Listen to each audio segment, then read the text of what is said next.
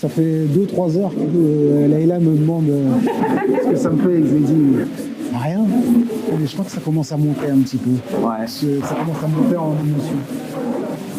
Ça représente quoi ce soir à 2 jours de la diffusion sur Netflix? Et ce soir c'est particulier, vous le montrez aussi à ceux qui ont participé. Ça représente 30 ans de travail. Ça représente 30 ans de travail.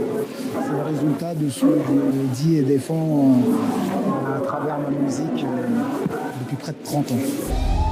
T'habites ici depuis longtemps? Depuis toujours. Ici, j'ai toute ma vie. J'ai mon petit frère, j'ai ma mère et j'ai un grand frère. La vie, c'est une question de choix, c'est tout. Sauf que toi, ton choix, il a tué papa. C'est mon choix, il a tué papa? Je suis content de pouvoir présenter le film à la ville, de présenter le film à la ville qui nous a accueillis déjà. Je crois que c'est la première projection.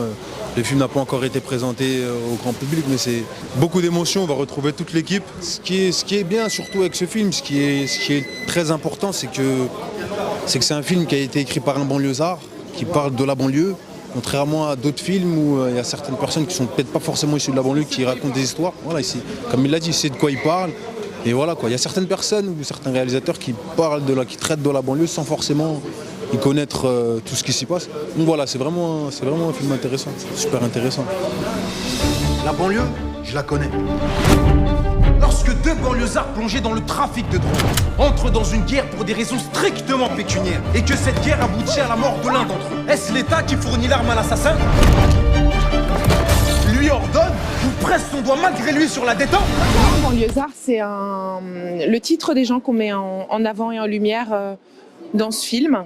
C'est aussi un titre phare de la carrière de Kerry James, sauf que là on a rajouté un S, à peu près 8 ou 9 ans plus tard.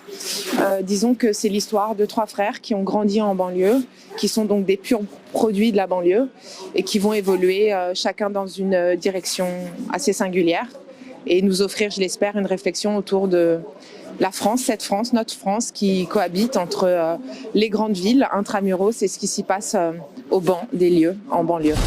J'emmerde votre jeu, j'emmerde votre hypocrisie.